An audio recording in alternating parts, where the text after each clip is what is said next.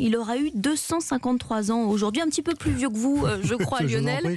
Le 15 août, jour de la naissance de Sylvie Vartan, mais aussi de Napoléon à Ajaccio, en Corse. L'occasion, justement, de revenir sur l'une de ses défaites mémorables, bien sûr, Waterloo en 1815. Alors justement, des archéologues, des vétérans, des étudiants se sont penchés sur le champ de bataille en Belgique. Des fouilles et surtout des découvertes extrêmement rares ont été faites.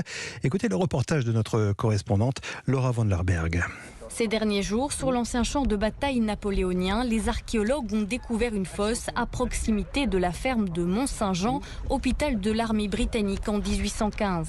Désormais propriété privée, ce terrain appartient à la famille d'Édouard Martin. Ce qui est extraordinaire ici sur le site de la ferme de Mont-Saint-Jean, c'est qu'on a trouvé en fait un squelette humain entier, ce qui est exceptionnellement rare. C'est le deuxième squelette humain entier qu'on trouve sur les plaines de Waterloo, si je puis dire, les plaines de Mont-Saint-Jean. 3 squelettes de chevaux et des ossements humains, des restes amputés et rassemblés dans une fosse, une manière de comprendre comment les combattants étaient traités à l'époque et s'ils faisaient partie de l'armée française ou celle des Alliés contre Napoléon. Pour savoir l'identité du squelette, il faudra attendre les études ADN. Donc aujourd'hui, on ne peut pas le dire, mais en toute logique, ce sera en tout cas un allié. 2 siècles après, la science fait de tels progrès, un moment historique et révélateur de traces concrètes de la bataille de Waterloo. Wolf Wolput, vétéran belge, a participé à ces recherches. C'est le seul belge et ça fait partie de notre histoire.